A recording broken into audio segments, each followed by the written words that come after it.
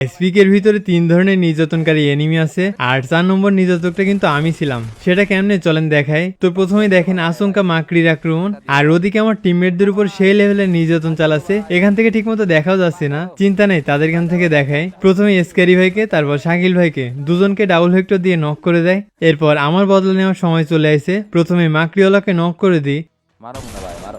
ওরে তারপর এখানে বসে রিভাইভ দেওয়ার কথা ভাবছিলাম, কিন্তু ডাবল ভেক্টর নিয়ে এনিমির এন্ট্রিটা দেখেন। পরে আবার মাকড়িও মারছে। না না আরে দিছে আরে মুন্না ভাই নির্যাতন। তো এরপর কিন্তু টিমমেট গুলো রিভাইভ পেয়ে যায়। আবার দেখেন আচমকা স্কেরি ভাই শাকিল ভাইকে M10 জাতা দিয়ে নক করে দেয়। ওই না এ বাপ। মানে প্রথমে মাকড়ি আক্রমণ, তারপর ডাবল ভেক্টর, আবার এআইসি M10 নিয়ে। শাকিল ভাই আমাকে ওর ক্লোজে যেতে বারণ করে, ক্লোজে গেলে নাকি M10 জাতা মারবে। তো তারপর দেখেন কামাল কে ভাই তো জাতা বান্দা है। ওই ওই